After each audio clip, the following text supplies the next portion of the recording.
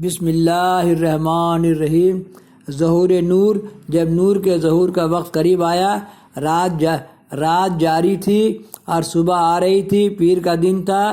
سیدہ آمنہ فرماتی ہیں کہ میں نے ایک مختصر جماعت کو آسمان سے اترتے دیکھا جس کے پاس 3 سفید جھنڈے تھے۔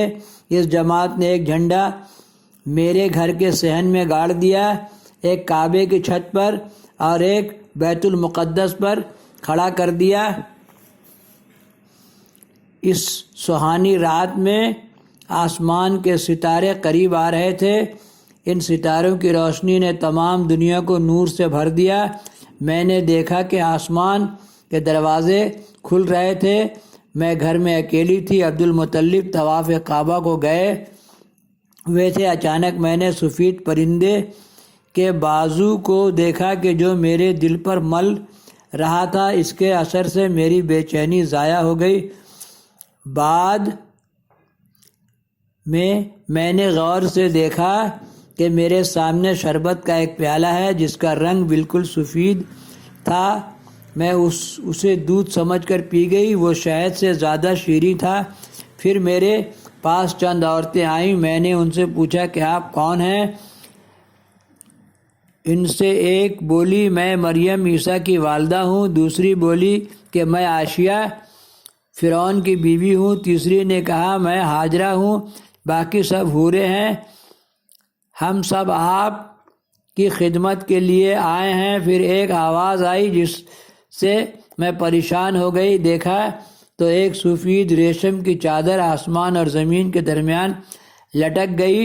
ایک پکارنے والے نے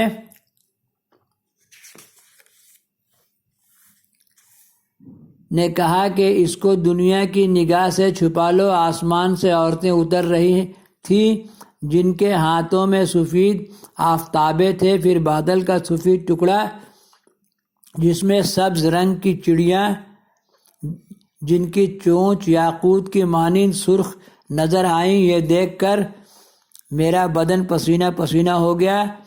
جو قطرہ ٹپکتا تھا اس سے کستوری کی خوشبو آتی تھی۔ کیا دیکھتی ہوں کہ مشرق و مغرب، زمین و آسمان ایک دم روشن ہو گئے، حتیٰ کہ شام کے محلات اور بصرہ کے اونٹوں کی گردنیں نظر آنے لگیں۔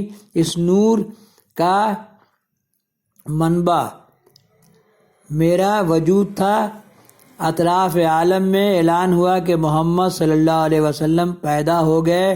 حضرت یہ وقت سید عالم صلی اللہ علیہ وسلم پر صلاۃ و سلام کا ہے۔ تمام حضرات مل کر کھڑے ہو کر سلام پڑھیں۔ یا نبی سلام علیکہ، یا رسول سلام علیکہ، یا حبیب سلام علیکہ، صلوات اللہ علیکہ۔